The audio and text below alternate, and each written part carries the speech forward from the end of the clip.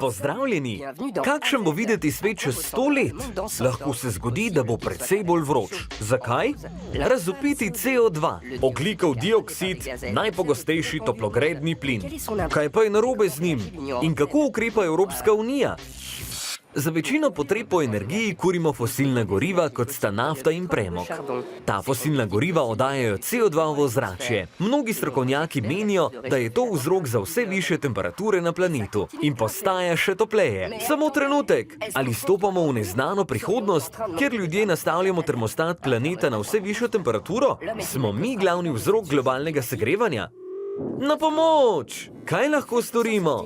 Evropska unija si je zastavila cilj.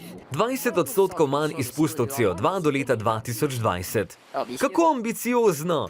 Najpogostejše orodje Evropske unije za dosego tega cilja je zmanjševanje industrijskih izpustov s sistemom za trgovanje z emisijami ali ETS.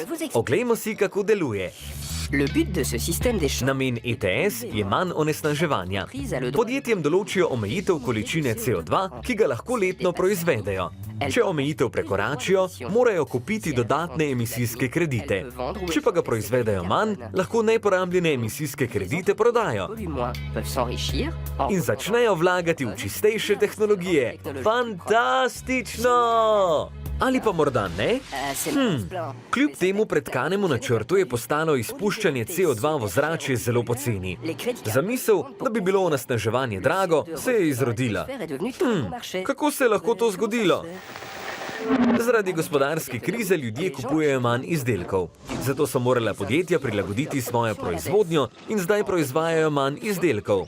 Manj kot podjetja proizvajajo, manj energije porabijo za ustvarjanje izdelkov. Manj porabljene energije pomeni manjši izpust CO2. Danes je naprodaj vse preveč emisijskih kreditov za CO2.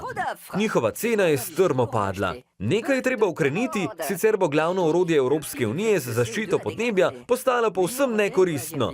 Razprava je vse bolj razgreta. Tako v institucijah Evropske unije, kot tudi med državami članicami. Ali naj obdržimo ali opustimo sistem ETS? Upočasnimo ali zmanjšamo prodajo ogljičnih kreditov?